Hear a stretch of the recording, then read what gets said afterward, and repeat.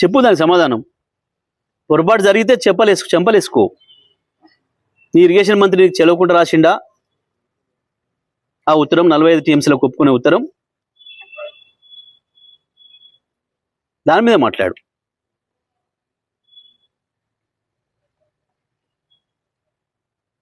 తప్పకుండా తోలు వలుస్తాం ప్రభుత్వాన్ని.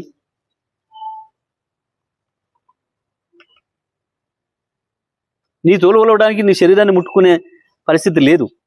గంత గలీజ్ శరీరం అనేది. దాన్ని ముట్టుకుంటే కంపు. నీ నోరు ఆ సివరేజ్ లైన్ల కంటే కంపు. నీ మైండ్ కంపు. ఎందుకు వస్తాయి ఆ మాటలు? కేవలం సమాధానం లెక్క. కేసీఆర్ వేసిన ప్రశ్నకు సమాధానం లెక్క. ఎందుకు వణుకుతున్నావు? కేసీఆర్ ప్రజలకు పోతానంటుంటే మహబూబ్నగర్లో సభ పెడతాడంట, నల్గొండ సభ పెడతాడంట, రంగారెడ్డి సభ పెడతాం, తప్పకుండా పెడతాం. ప్రతి చోట పెడతాం సభలు. పెట్టు. నీకు చేతనైతే కేసీఆర్ అడిగే ప్రశ్నకు సమాధానం చెప్పు. తెలంగాణ ప్రజలు అడిగే ప్రశ్నకు సమాధానం చెప్పు.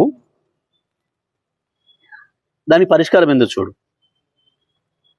ప్రజలు గెలవాలంటే అవతల వాళ్ళకంటే మంచి పనులు చేసి గెలవాలి తప్ప, అవతల వాళ్ళకంటే మంచిగా మాట్లాడి గెలవాలి తప్ప,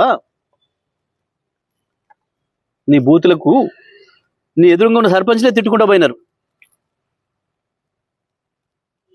చీనీ అమ్మ ఇదేంది, సాగు కోరుకుంటాడు ఎవడన్నా? 2 ఏళ్లలో ఒక్కసారి కేసీఆర్ నీ పేరు ఎత్తుకున్నాడా ఎప్పుడన్నా? లేని కేసీఆర్, లేని కేసీఆర్ గురించి బూతులు ఎందుకు మాట్లాడుతున్నావు?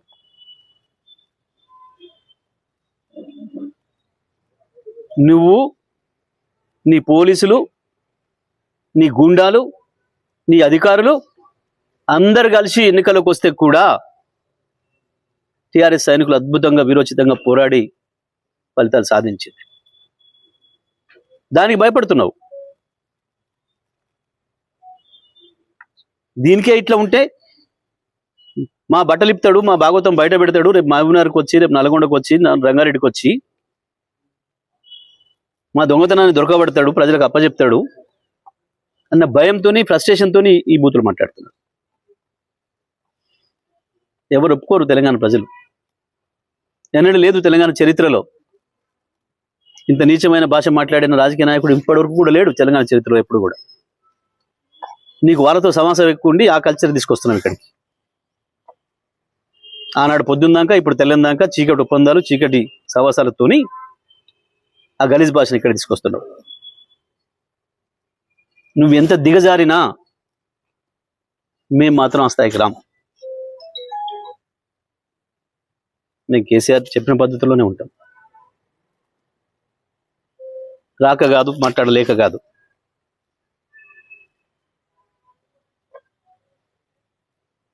ఎవడు మాట్లాడితే వాడి మీద ఓ దొంగరాతలు రాస్తూ, చెత్తరాతలు రాస్తూ, కుటుంబాలను ఇబ్బంది పెట్టే పద్ధతుల్లో నువ్వు చేస్తున్న వెధవ పని తప్పకుండా నీకు శిక్ష ఇస్తుంది, శిక్ష పడుతుంది. నువ్వు ఇవాళ మాట్లాడుతున్న ప్రతి మాటకు, నువ్వు చేస్తున్న ప్రతి చర్యకు తప్పించుకోలేవు శిక్ష నుంచి.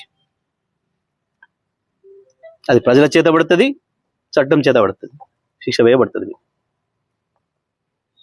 రేవంత్ స్పష్టంగా చెప్తాను, సూటిగా చెప్తున్నాం. నువ్వు కేసీఆర్ని ఏదైతే బండలు కట్టుకొని దీన్ని దురుకు దంట దురికి చావుని మాట్లాడుతున్నావో, తెలంగాణ ప్రజలు మళ్ళీ మళ్ళీ మళ్ళీ మళ్ళీ నువ్వు లేచి వచ్చే అవకాశమే లేకుండా బండరాలు కట్టి నిన్ను మూసిలో పడేస్తారు. నీ రాజకీయ ప్రస్థానానికి ముగింపు పలుకుతారు. నిన్ను ఫిజికల్గా చంపుతారని మేము అనటంలే, రాజకీయంగా నిన్ను బండలు కట్టి మూసిలో పడేస్తారు వచ్చే ఎన్నికల్లో. ఇటువంటి పిచ్చి మాటలు మానేయి, హౌలా మాటలు మానేయి, భాష మార్చుకో, ముఖ్యమంత్రి స్థాయిలో మాట్లాడడం నేర్చుకో. నువ్వు రెచ్చగొట్టాలని చూసినా, ఇంకోటి చేసినా మాకు ఆ ఓపిక ఉంది. ఎందుకంటే నీ భాషల్ని చూసి వచ్చిన వాళ్ళం, నీ భాషల కుట్రలను ఎదుర్కొని వచ్చిన వాళ్ళం.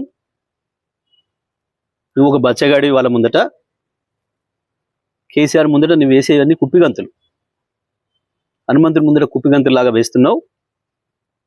కానీ దానికి ఆయన పద్ధతి నేర్చుకుంటే మంచిది రేవంత్ ఇప్పటికైనా.